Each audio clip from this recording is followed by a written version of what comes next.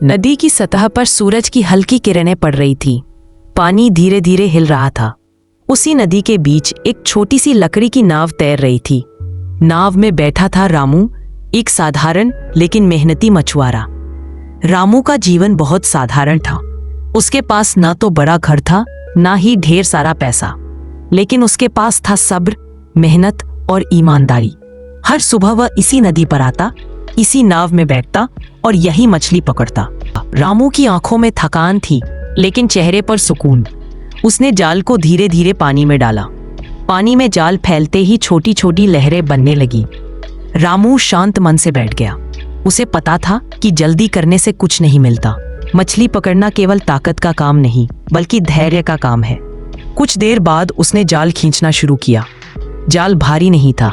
रामू ने ध्यान से देखा, जाल में एक छोटी सी मछली फंसी हुई थी। मछली बहुत छोटी थी। रामू उसे देखकर सोच में पड़ गया। अगर मैं इसे घर ले जाऊं तो आज खाने को कुछ तो मिलेगा, उसने मन में सोचा। लेकिन फिर उसके दिल से एक आवाज आई, यह मछली अभी बहुत छोटी है। अगर इसे छोड़ दूं तो यह बड़ी होकर फिर लौट सकती है। रामू की आंखों में दया झलकने लगी। उसने धीरे से मछली को हाथ में लिया। रामू बोला, डरो मत छोटी मछली, मैं तुम्हें नुकसान नहीं पहुंचाऊंगा।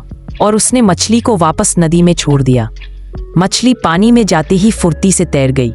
ऐसा लगा जैसे उसने पलटकर रामू की ओर देखा हो। सीन वही, शांत नदी। रामू मुस्कुराया। उसने फिर से पानी में डाला। समय धीरे धीरे बीतता गया। सूरज थोड़ा ऊपर आ गया, लेकिन सीन वही रहा। रामू बार बार जाल डालता, खींचता, लेकिन कभी एक छोटी मछली आती, कभी कुछ भी नहीं।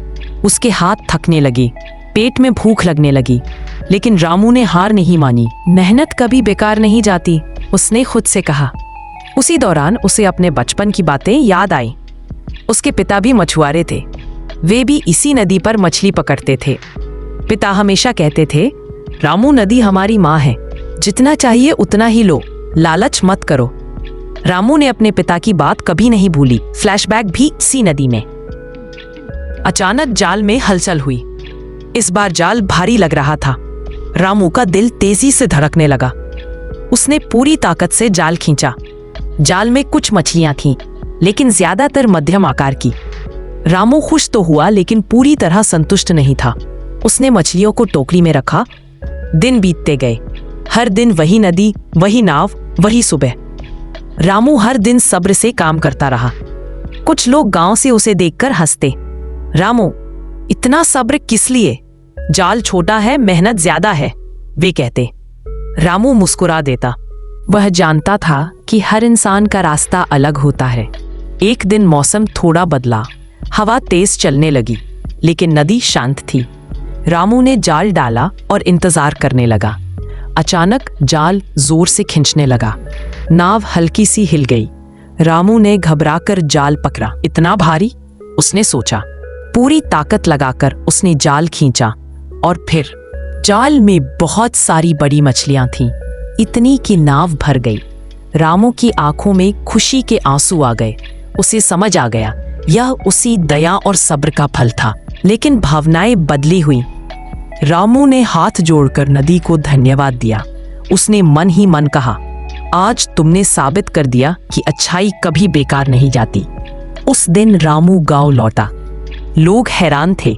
जिस रामू को वे कमजोर समझते थे, वही आज सबसे सफल मछुआरा बन गया था। लेकिन कहानी यही खत्म नहीं होती। रामू ने लालच नहीं किया। उसने जरूरत भर मछलियां रखी और बाकी वापस नदी में छोड़ दी। लोगों ने उससे पूछा, इतनी मछलियां क्यों छोड़ दी? रामू बोला, क्योंकि कल भी मुझे इसी नदी में आना है। नदी में मछली छोड़ते हुए। समय के साथ रामू की पहचान बदल गई। वह सिर्फ मछुआरा नहीं रहा, वह बन गया सब्र, ईमानदारी और प्रकृति से प्रेम का प्रतीक। हर सुबह वही नदी, वही नाव, वही शांति, लेकिन अब रामू के चेहरे पर आत्मविश्वास था। अंतिम संदेश, मॉरल, जो इंसान सब्र रखता है, दया दिखाता है और लालच से दूर रहता है, प्रकृति उसे जरूर उसका फल देती है।